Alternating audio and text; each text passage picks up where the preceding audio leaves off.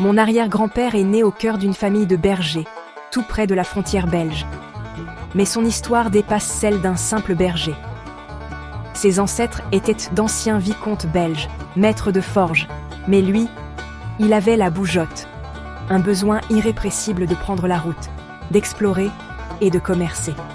Avec son fidèle cheval Coco, il parcourait les chemins, transportant des marchandises, ferrant des chevaux et vivant au rythme des foires aux bestiaux et des marchés animés.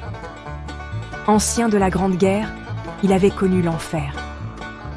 Parti 5 longues années, prisonnier chez les Boches, il était revenu marqué par les épreuves, mais il avait ramené 2 choses qui ne l'avaient jamais quitté: son goût pour le pinard et son amour indéfectible pour la vie.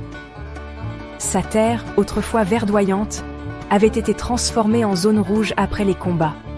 Plus rien ne poussait, tout avait été détruit. Pourtant, il n'a pas baissé les bras. Démineur sur les champs de bataille, il nettoyait ces terres meurtries pour que la vie puisse y renaître. Et une fois le travail terminé, il reprenait la route avec Coco et sa carriole, toujours prêt à ferrer, réparer ou troquer, sans jamais perdre son sourire ni son énergie.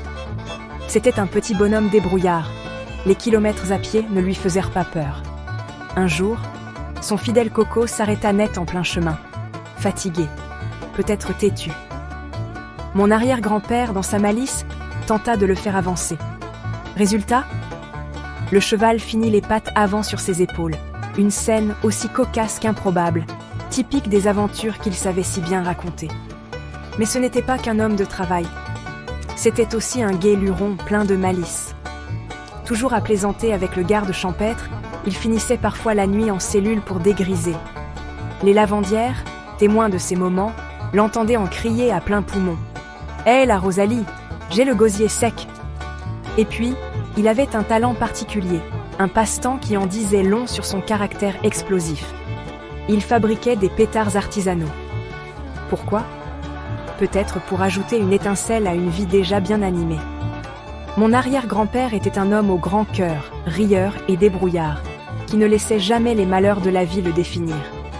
Il savait éviter les embrouilles avec une intelligence malicieuse, et il avançait, toujours, malgré les épreuves.